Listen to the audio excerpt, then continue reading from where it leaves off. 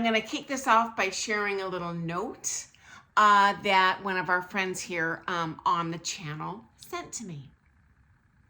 Do you think being paid $20 an hour plus 10% commission if you sell dance packages is a scam as a new ballroom dance teacher?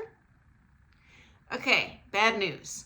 I personally know at least 5 people who were recruited to become a dance teacher in a studio that were completely chewed up, spit out, left behind.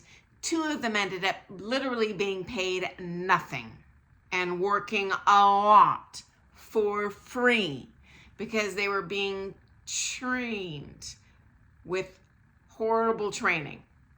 And from my observation, I have only seen this in the studios where the teachers are employees. Now, to be clear, this does not happen in most studios, but honestly, I've seen it in a bunch. Most aren't though, okay. Anyway, so my response was, does this include health insurance? How many hours of instruction are provided for you each week? Are these lessons in person? Are you sitting and watching a dance video, which you can do at home at your leisure? Are you paid your commission immediately? Or is it as the student redeems the package? If it is gradual over time, do you get to retain the 10% you earned by selling it? Or does the studio keep it? Are you required to attend things at the studio that are not your training or you teaching? For example,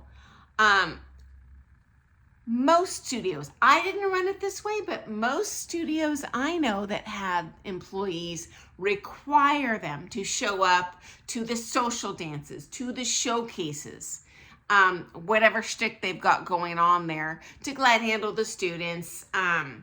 They'll tell the teachers, oh, it's so you can market yourself, but in my opinion, it's so you can work there for free. Now, I did not require mine to do that. And if they did come, for example, I might have them come teach a pre-dance lesson. I would pay them for their time, as you should be paid for your time. I do not know what the laws are in your state, but I believe in my state, you legally have to be paid for training as well. Although I think it can be less than minimum wage. I'm not an attorney, guys. Share the laws in your own state or country if you know what that is. But either way, that wasn't happening with friends that I've had teach in studios as an employee. They were expected to do all this stuff for free, okay? Like to the point that you really can't legit maintain another job. My other question was, okay, if you're paid to teach, albeit just $20 an hour, are they guaranteeing a certain number of hours per week? Do they guarantee a wage? I said, please ask them, what is the average weekly wage of a teacher there after they've been working there 1 month, 1 year? And I hired teachers as employees off work visas, and most of them would ask me these questions, and guess what? I'm going to spell it out because I'm a business owner. I've got the numbers. I want them to make informed decisions to teach in my studio because I don't want some fly-by-night teach 1 month out the door and the students have to learn from someone else. This is not good for learning. It is good to kind of stay with the same pony as that, you know, even if the horse isn't winning the race, you know, that horse understands how their jockey rides. They're not going to buck them off. They're not going to do something crazy. It's a partnership between you and the teacher. In my opinion, I wasn't churning through staff. Also, warning bells, sirens. if you are being recruited to be a teacher, that's already real sus to me. That something's wrong that they don't already have a staff they're maintaining that's skilled. Number two, if they're recruiting you and you are not already a highly trained dancer, okay, now someone's hit me in the head with a sledgehammer. This is a huge run the other way sign to me. That tells me, that just indicates that it might not be the best level of training for you or for the students there. And for me, I'm definitely about dancing and not so much about, I love socializing with my students, but, my priority in my lesson isn't to sit and chat, about, politics and the weather and the latest movies. I love chit-chatting, but, that's only if my student needs a mental health break. I can see them getting a little uptight in the lesson. My lesson is really hitting it hard, dancing, getting them to be the best dancer they can be. And I guarantee, unless you're there for social purposes, if you love your teacher, I don't care if they sit and, chit-chat about movies the whole time. That's great. But my channel, for the most part, members are competitors. And as a competitor, I am paying to just get the most out of that time for my dancing, okay?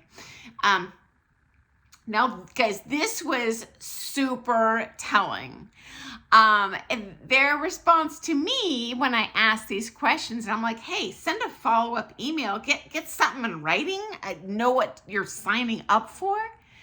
They said, well, I had asked specifics about the numbers in the interview, and the manager said, well, I'm just not good with numbers. Okay, now in addition to the bells, the sirens, the whistle, the sledgehammer, I say run the other way. I could be wrong. Could be the most fabulous place in the world to work. Maybe they, provide championship level instruction. I am very cautious and leery given what I've heard so far. So if this is you guys, you make sure to email if you aren't brave enough or it doesn't occur to you in the interview. I get it, we're stressed out. Definitely follow up, and if they cannot give you concrete things, yes, you will be guaranteed X wages a week. You will be required to do A, B, C. You will be paid X dollars to do a showcase, teach a lesson. This is when you're going to get paid your commissions. Also, another warning sign, in my opinion, is if they force you to sign a non-compete, okay? I never had my employees sign a non-compete because guess what? I know they're going to love teaching there. I don't need to worry about them skedoodling down the street and teaching somewhere else. There's only one studio that I know of, actually two, that do non-competes. And honestly, I have seen a lot of unhappy people leave there.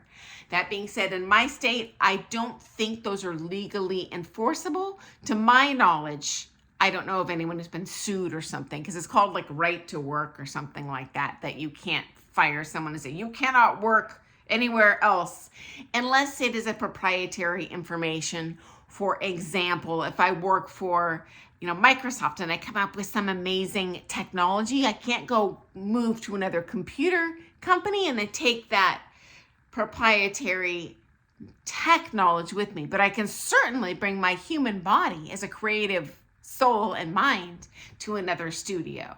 If that studio is teaching you very specific, proprietary information, that's not going to be okay for you to teach somewhere else, which is fine. Maybe it's going to work out great for you. But I would proceed with caution and be as well informed as you can.